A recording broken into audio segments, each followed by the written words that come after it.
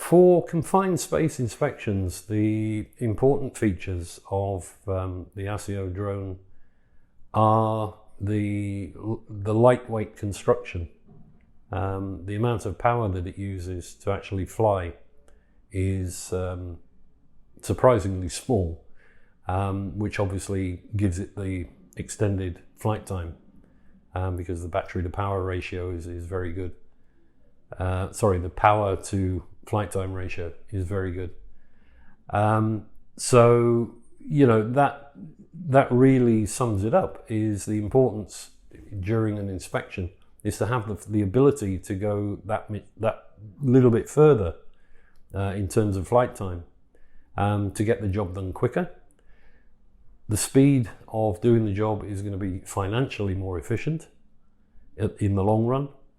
And of course, you know, these days, money is the main factor for any client. So the quicker you get the job done, the more satisfied they're going to be, as long as it's to the specification that they want.